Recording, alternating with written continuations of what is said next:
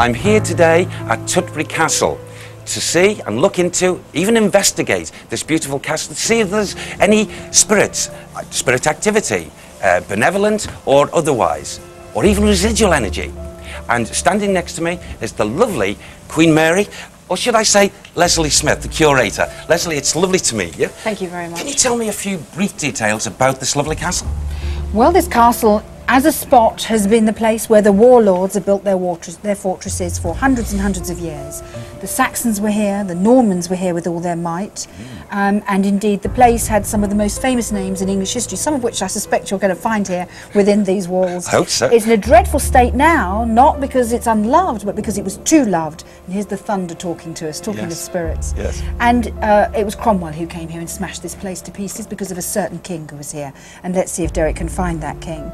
So as you look about you in this magnificent spot, you can be sure that there are people who've lived and laughed and had their families here, but there's been blood and siege and thunder and murder. Some thunder's joining us already, and let's see what else you can find. Well, Leslie, the feelings, the residual energy, even the activity is just compelling me, virtually pulling me back physically from my shoulders. With your approval, may I go into this lovely castle? Thou art welcome, my lord. Come Thank forth. you, Queen Mary. That's better, thank you, Sam, bless you. And he's just said, the gentleman that is very close by to you and very interested in what is going on here today calls himself Henry. Henry. And I don't feel English with this Henry. I don't feel of English origin at all. And because he also gives me Henry, and it sounded like D, or Henry de, Henry de. Okay, thank you, Sam. Pronounce it again so I can understand it. Henry de Ferrer. Henry de Ferrer is here.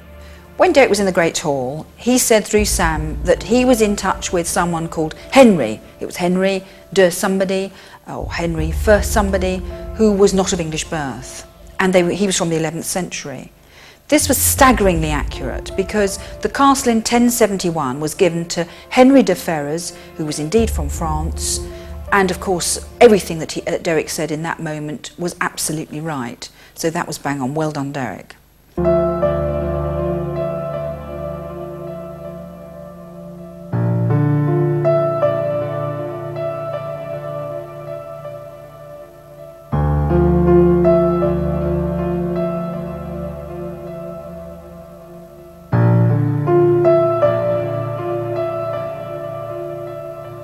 Yes, thank you. I'm also, where he is, I've got Charles I, Charles I.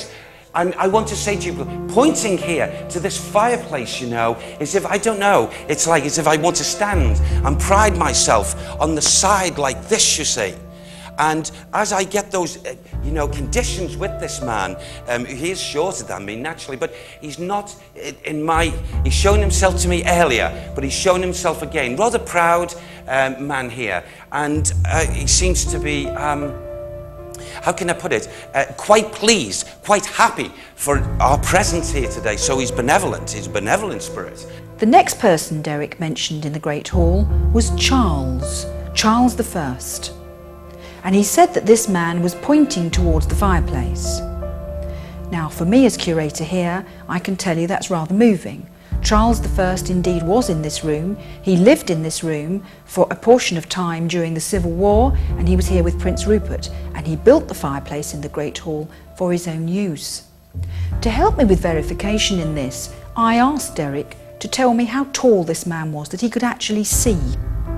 And he held his hand at a height that told me immediately he was indeed seeing Charles I, because Charles I was only 4'11", with his little heels on, maybe 5'1", 5'2" at most, and that is where Derek held his hand in height. Now, most people, if they were trying to pretend that they could see a king, he would be a lot taller than that. So that was very well done again.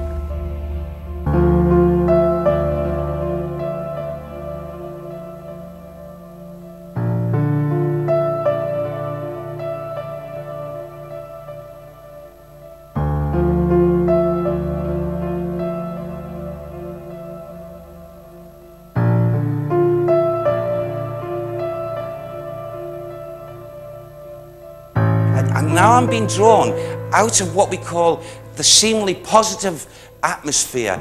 And although I'm being drawn, I don't feel as I'm the happiest to walk in through this aperture, because I pick up negative, negative, negative.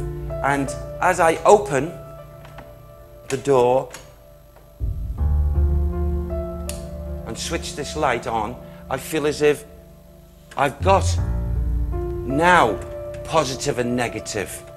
And I'm drawn very, very, very strongly into here, into this section, because here we have a living vortex, a vortex which in the direction of my hand would point me to a positive. It's like a doorway, a window for these lovely souls of the past to actually come and dwell into this atmosphere. The next point I'd like to raise is when Derek went into the tented withdrawing room. He said that there was a vortex in that room and it was like an open door for good and bad. Generally speaking, however, it was a very good room, or it was a good room, there were good spirits there.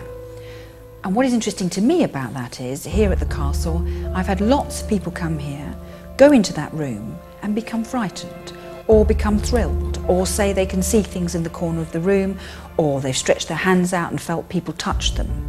Now that is the room that it's happened in, and indeed it's that exact corner of the room, out of all of the four corners, that's the one people always go for, and that is where Derek said the vortex was.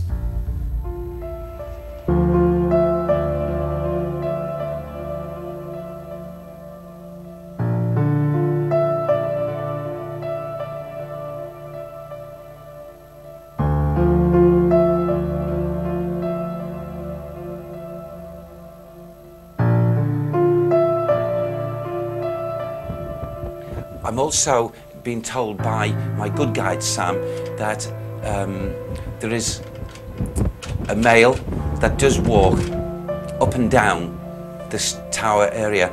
And would you believe this, as it's been given to me?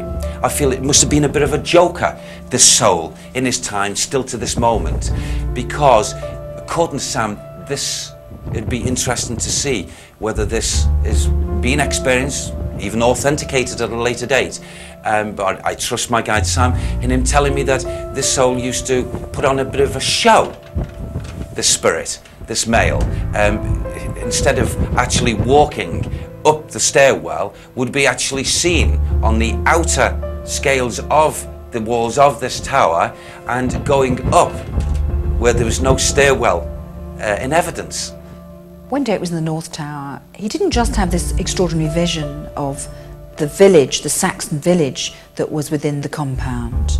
He also talked about a character, an extraordinary person with a vivid sense of humour, who appeared to be climbing up the outside of the tower for laughs, for fun.